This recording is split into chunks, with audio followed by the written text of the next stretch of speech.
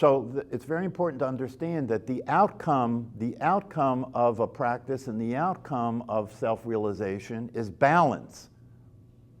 That's the outcome. It's balance, right? Why? Because in the condition we're in, you're way out of balance. Your nervous system is way out of balance, right? And you're way out of balance because you're operating as if what appears to be true is reality, and it's not. So when you wake up, right, and you experience non-duality, when you experience that there is no separation, that everything is one, when you experience that everything is one, right, now that becomes what informs the personality. That becomes how the personality can now be in a state of balance, right?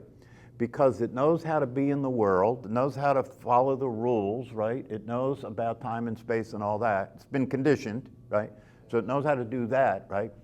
And when it only knew how to do that, it was out of balance because it was only it was only in the world of appearance. It was only in the world of form, right?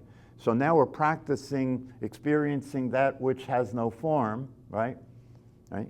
And so we're practicing that which has no form, and then the practice being in the world becomes a matter of balance. As the Buddha said, the middle way becomes a matter of balance, right?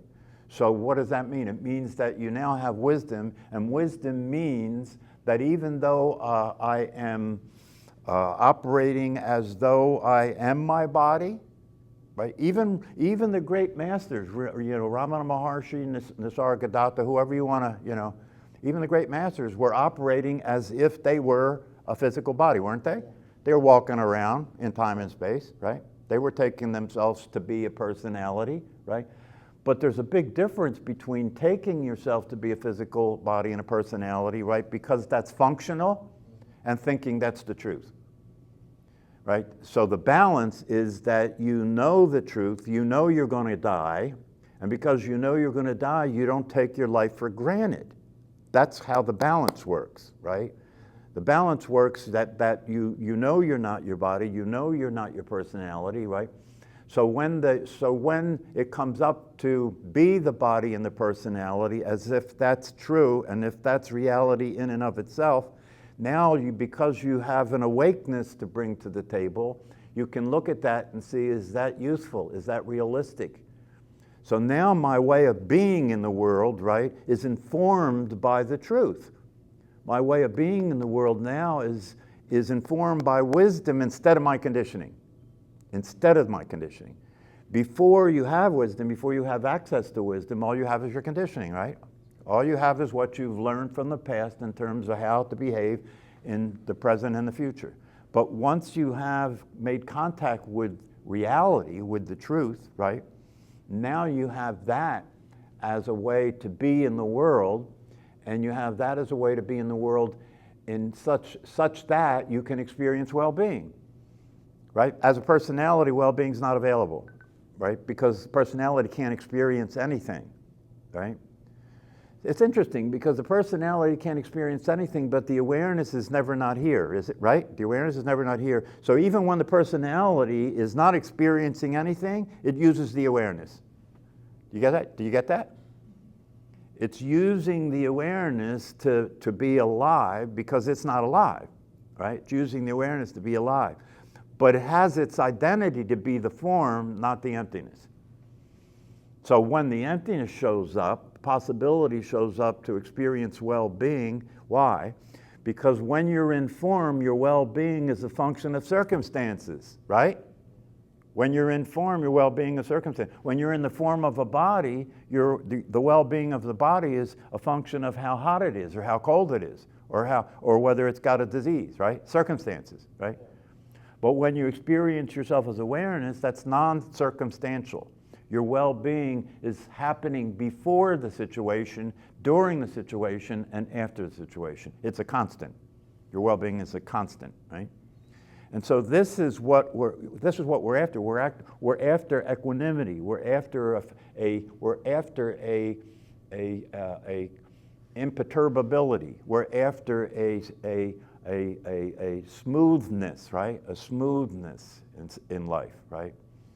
So that we, as J. Krishnamurti said, I don't mind. That's what he was referring to, his imperturbability. He was referring to being awareness. I don't mind what happens. That's how I live my life. I don't mind what happens. It's okay with me. It's okay with me that life occurs the way it does, right? I'm no longer involved with it in terms of depending on my mind to judge and evaluate it so I can, so I can stay in pleasure and stay in safety and stay in convenience and stay in comfort. I'm trying to use my mind to do that. So it's always evaluating everything to see, is this comfortable? Is this is this threatening? Should I leave? Right? Like that, right? So when you start to experience your true nature, right, that you are awake now, and so you see that mechanism is unrealistic.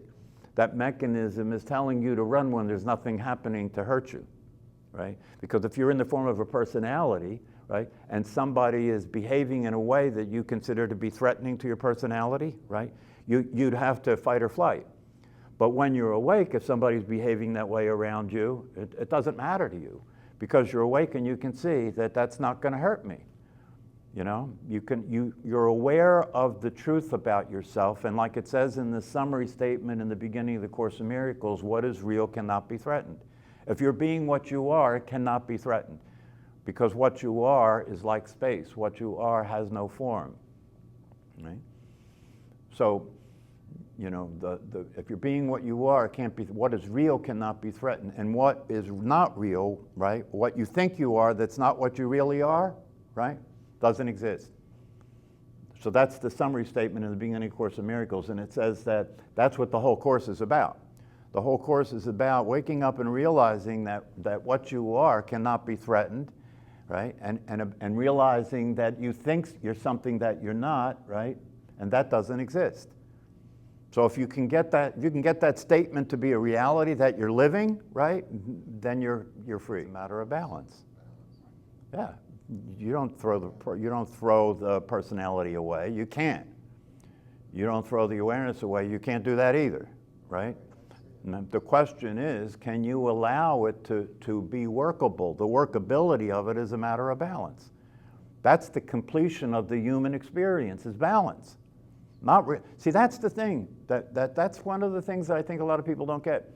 That we're up to here is not self-realization per se, because it's already the case. Yeah. So what we're up to is not self-realization per se, because you're already what you are. What we're up to is having that show up, having us be aware of being aware, right? And then that makes possible balance. That's what we're up to, is to be in a state of balance, right? Yeah. So I don't throw the baby out with the bathwater. So I don't ignore my operation as a functional personality. I don't ignore it. No. I pay attention to it, right? But now I'm paying attention to it in a way where I'm sorting it out, so to speak. Not getting involved, not giving my energy to, and not acting out and speaking from an unreal place that's dysfunctional, right? If I'm awake, I have the possibility of doing that because I can see what's dysfunctional as dysfunctional. But when I'm being dysfunctional and justifying myself and being self-righteous, I can't see dysfunction at all. And I'm suffering from dysfunction, right? But the way the personality deals with that suffering is to point the finger away from itself. I'm not mad because of the way my mind is interpreting what's happening. I'm mad because you're making me mad. See? Yeah, so one of the things that could really be something that can really open something up for people is if you look in your life and see where in your life do you have relationships that don't work. Everybody has this. Look in your life where do you have relationships that don't work? And I can tell you that wherever you have relationships that don't work, you have a story about that, and that story has you be the right one, doesn't it? Sure. Yeah. So if you look and see where you have relationships that don't work, and you have a story about that allows you to be the right one, right? But if you're awake, you can see that not only is that dysfunctional, but you're hurting yourself. You're hurting yourself, because the only upset that you're dealing with is not coming from outside of you, it's coming from your mind, isn't it? Yeah, when you're angry, when you're sad, when you're upset, when you're agitated, right? The agitation is happening in your mind. It's not coming from out there, it's coming from your mind. If you could understand that, and you could really take that to heart, and you started to practice being aware of things that way, your relationship with people would start to change, because you would realize it's not about them, it's about your interpretation of them. It's not what they're doing, it's what you think about what they're doing. If you think that this meditation was better than the last meditation, where is that conversation happening? In your personality, your mind. It's happening in your mind, right? Yeah. So your mind does that, doesn't it? Your mind judges everything, right? Judges everything. Is this Sunday better than last Sunday? Right? So your mind judges everything. And when you walk around, in life, you know, if you pay attention when you walk around in life, if you just look at somebody, your mind's judging how they look to you.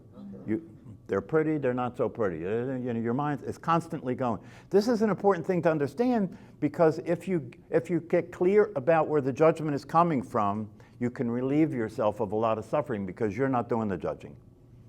It's your mind that's doing the judging. You're innocent. The mind has been conditioned to judge. That's part of its operation, right? So if the mind says, oh, this meditation was better than last meditation, is that true? If your mind says it? Yeah. Even if your mind doesn't say it, is one meditation better than another one? No, they're not. This is an important thing to understand. When you practice meditation, it does not matter what happens during the time you're sitting. It doesn't matter. There is no good or bad meditation. You just do the practice. That's all. You just do the practice. And by the way, no matter how it occurs to you while you're doing the practice is working. No matter how it occurs to you, right? Because you're putting yourself in the space of the truth. When you practice meditation, you're putting yourself in the space of the truth. And the reality of what you are is there for the meditation. It's there for the meditation. When you move your attention away from thinking, your true nature is there for the meditation. You are now present to meditation. When you're in your head thinking about meditation, you're not there for meditation, right? So the meditation practice works. It doesn't matter what you think about it. It works.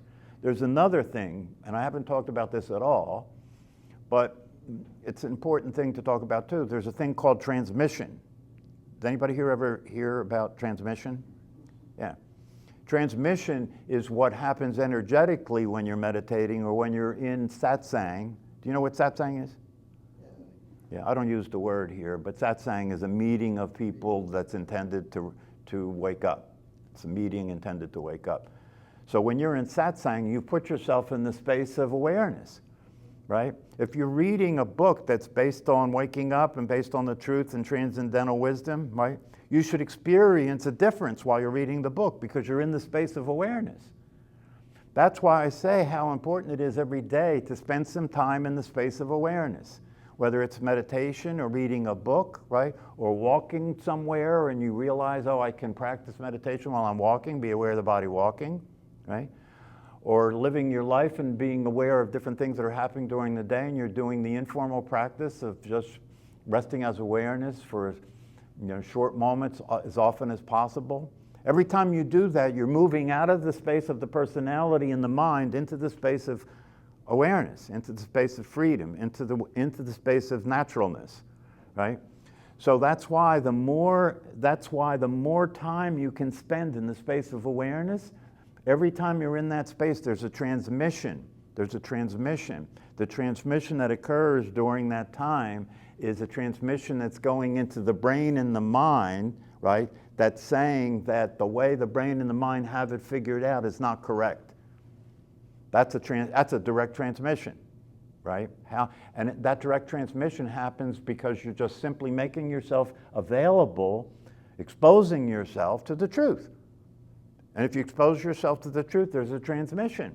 You know, it's like Paul Hederman says, you know, when people say that they listen to his talks and they say after the talk that it went right over their head, they didn't understand it. And he said, perfect, I wasn't talking to you.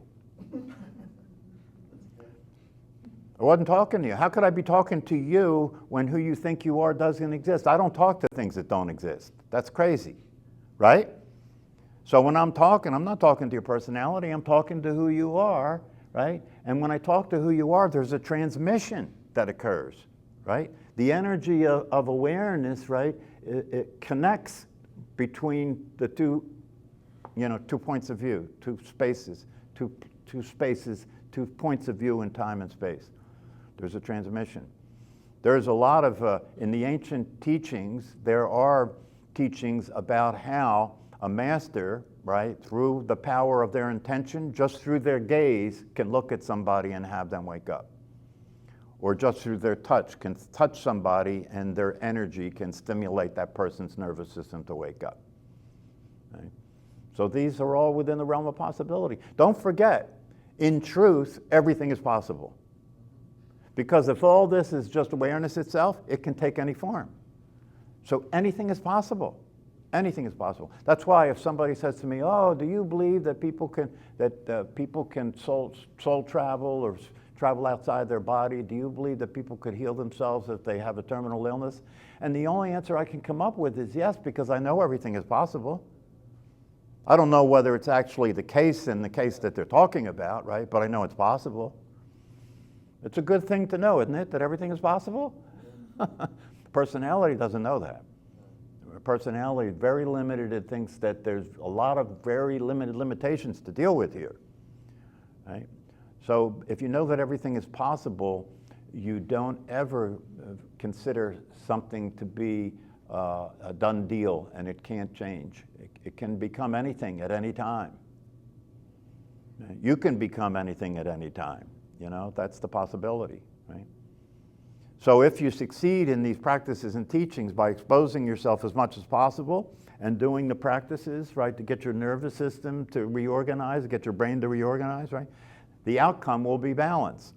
You'll still be a personality, right, but you'll be kinder, you'll be quieter, right? You'll be able to experience being at home in your body, right? One of the things that's important if you want to get a sense of where you're at in all this, right? Spend time alone. The personality doesn't like that. But spend time alone and then look and see, how is this? How does it feel for you to be alone? How does it feel for you to just be with your own mind? How does it feel to just be with your own body? How does it feel to just be with your own life? And if it's not comfortable, if you don't like it, if it's something that you want to get away from, just notice that that's the case, that's all. Just notice that that's the case. Because in the end, if we're successful in this practice, what will be different is that when you're alone, you will feel complete, you'll feel relaxed, you'll feel at home. You can really enjoy yourself.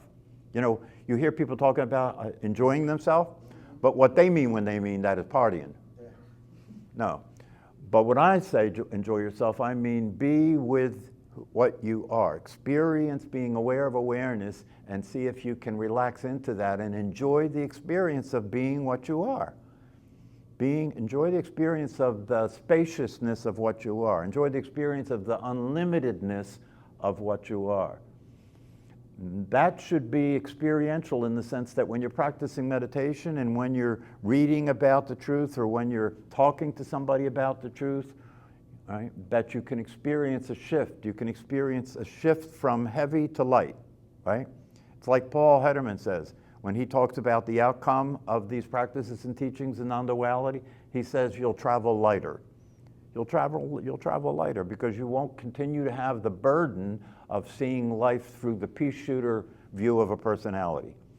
You know, you'll be able to relax because you can see things in a more panoramic way, right? You can connect the dots. You can see things as they are in a large sense. So you can look at your life in a large sense. See your past, see all the people in your life in a large sense, right?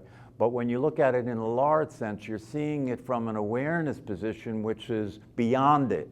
See what I'm saying? It's beyond it. You're seeing it from beyond it instead of being in the middle of it all. That's a very refreshing experience to have. You're always the same in touch with your awareness. It's a matter of where your attention is, that's all. Awareness stays the same all the time. It's equanimous, stays the same all the time. What changes is the perceptions and the thoughts and the emotions and all that stuff, right? But when you're balanced, right? When you're balanced, you're experiencing stillness and movement at the same time. When you're balanced, you're experiencing stillness and movement at the same time. You can hear sound and silence at the same time. That's being open to the whole thing, right? Instead of only seeing one side of it.